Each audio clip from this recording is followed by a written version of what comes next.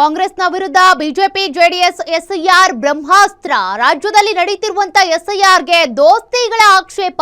ಚುನಾವಣಾ ಆಯೋಗಕ್ಕೆ ದೂರಿಟ್ಟಂತ ದೋಸ್ತಿ ಪಡೆ. ಎಸ್ಐಆರ್ ಪ್ರಕ್ರಿಯೆ ವೇಳೆ ರಾಜ್ಯದ ಹಲವೆಡೆ ಅಕ್ರಮ ಆರೋಪಗಳು ಕೇಳಿಬರ್ತಾ ಇವೆ. ಹೀಗಾಗಿ ಈಗ ದೋಸ್ತಿ ಪಡೆ ಒಂದಾಗಿ ಕಾಂಗ್ರೆಸ್ ವಿರುದ್ಧ ಈ ಬ್ರಹ್ಮಾಸ್ತ್ರ ಬಳಸೋದಕ್ಕೆ ತಯಾರಾಗಿದ್ದಾರೆ.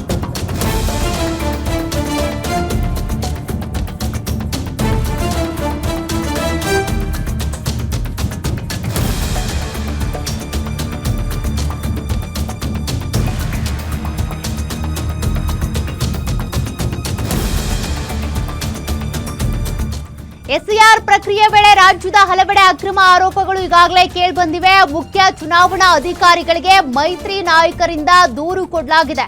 ಶೇಷಾದ್ರಿ ರಸ್ತೆಯ ಮುಖ್ಯ ಚುನಾವಣಾ ಅಧಿಕಾರಿ ಕಚೇರಿಗೆ ಬಂದು ಸಲ್ಲಿಕೆ ಮಾಡಿದ್ದಾರೆ. ಕೇಂದ್ರ ಸಚಿವರಾದ ಕುಮಾರಸ್ವಾಮಿ, ಪ್ರಹ್ಲಾದ್ ಜೋಶಿ, ಶೋಭಾ ಕರಂದ್ಲಾಜೆ, ವಿಪಕ್ಷ ನಾಯಕ ಆರ್ ಅಶೋಕ್ ಸೇರಿದಂತೆ ಹಲವರಿಂದ ದೂರನ್ನ ಸಲ್ಲಿಕೆ ಮಾಡಲಾಗಿದೆ. ಸರ್ಕಾರದ ವಿರುದ್ಧ ಮೈತ್ರಿ ನಾಯಕರ ವಾಗ್ದಾಳಿ. ಕೇಂದ್ರ ಸರ್ಕಾರವನ್ನ ಟೀಕಿಸೋ ನೈತಿಕತೆ ನಿಮ್ಗಿಲ್ಲ ಅಂತ ಎಚ್.ಡಿ. ಕುಮಾರಸ್ವಾಮಿ ದಾಖಲೆಗಳ ಸಮೇತ ದೂರು ಕೊಟ್ಟಿದ್ದೇವೆ ಅಂತೇಳಿ ಮತ್ತೊಂದು ಕಡೆ ಪ್ರಹ್ಲಾದ್ ಜೋಶಿ. ಹೀಗೆ ದೋಸ್ತಿ ನಾಯಕರೆಲ್ಲರೂ ಕೂಡ ಒಂದಾಗಿ ಈಗ ಆಡಳಿತಾರೂಢ ಕಾಂಗ್ರೆಸ್ ವಿರುದ್ಧ ಮುಗಿ ಬೀಳ್ತಾ ಇದ್ದಾರೆ.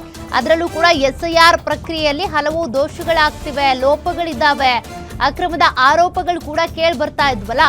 ಅದರ ಬೆನ್ನಲ್ಲೇ ಈಗ ಬಿಜೆಪಿ ಜೆಡಿಎಸ್ ನಾಯಕರು ಒಂದಾಗಿ ಮುಗಿ ಬೀಳೋದಕ್ಕೆ ಅಂತ ತಯಾರಾಗಿರೋದು. ಒಬ್ಬರಾದ್ಮೇಲೆ ಒಬ್ರು ವಾಗ್ದಾಳಿ ನಡೆಸಿದ್ದಾರೆ.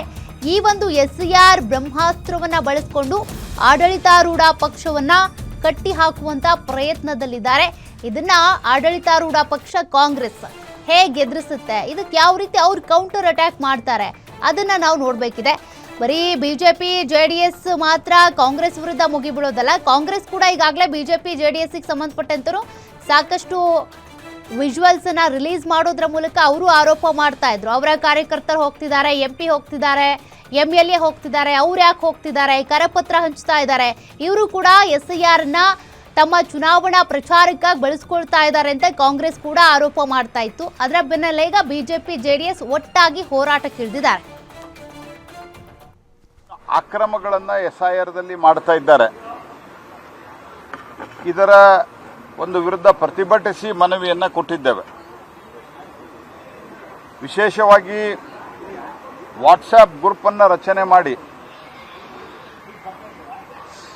ಸಂತೆ ನಡೀತಿರುವಂತಹ ಪ್ರದೇಶದಲ್ಲಿ, ಮದರ್ಸಾದಲ್ಲಿ ಮತ್ತು ಮಸೀದಿಯಲ್ಲಿ ಕಾಂಗ್ರೆಸ್ಸಿನ ಬಹುತೇಕ ಕಡೆ ಇವತ್ತು ಚುನಾಯಿತ ಪ್ರತಿನಿಧಿಗಳೆಲ್ಲ ಕಾಂಗ್ರೆಸ್ಸಿನ ಹಿಂದಿನ ಚುನಾಯಿತ ಪ್ರತಿನಿಧಿಗಳ ಮನೆಯಲ್ಲಿ ಒಂದೇ ಒಂದು ಕಮ್ಯುನಿಟಿಯ ಅಂದರೆ ಮುಸಲ್ಮಾನರ ಲೀಡರ್ಸ್ಗಳ ಕೈಯಲ್ಲಿ ಕೊಟ್ಟು ಆ ಓಣಿಯಲ್ಲಿ ಆ ಒಂದು ಪ್ರದೇಶದಲ್ಲಿ ಆ ಒಂದು ಬೂತ್ನಲ್ಲಿ ಅವರೇ ಹೋಗಿ ಮಾಡ್ಕೊಂಡು ಬರುವಂಗೆ BLA 2ಗಳಿಗೆ BLOಗಳು ಇನ್ಫಾರ್ಮ್ ಮಾಡಬೇಕು.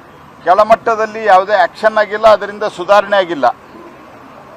ಹಾಗಾಗಿ ಇವತ್ತು ನಾವು ಉನ್ನತ ಮಟ್ಟದ ಡೆಲಿಗೇಷನ್ನು, 3 ಜನ ಕೇಂದ್ರ ಸಚಿವರು, 2 ವಿರೋಧ ಪಕ್ಷದ ನಾಯಕರು ಮತ್ತು ಹಿರಿಯರಾದಂಥ ಕಾರಜೋಳ್ ಅವರು, ಈ ರೀತಿ ಹಲವು ಪ್ರಮುಖರು ನಾವು ಇವತ್ತು ಬಂದು ಚುನಾವಣಾ ಆಯೋಗಕ್ಕೆ ತೀವ್ರವಾದಂಥ ಆಗ್ರಹವನ್ನು ಮಾಡಿದ್ದು.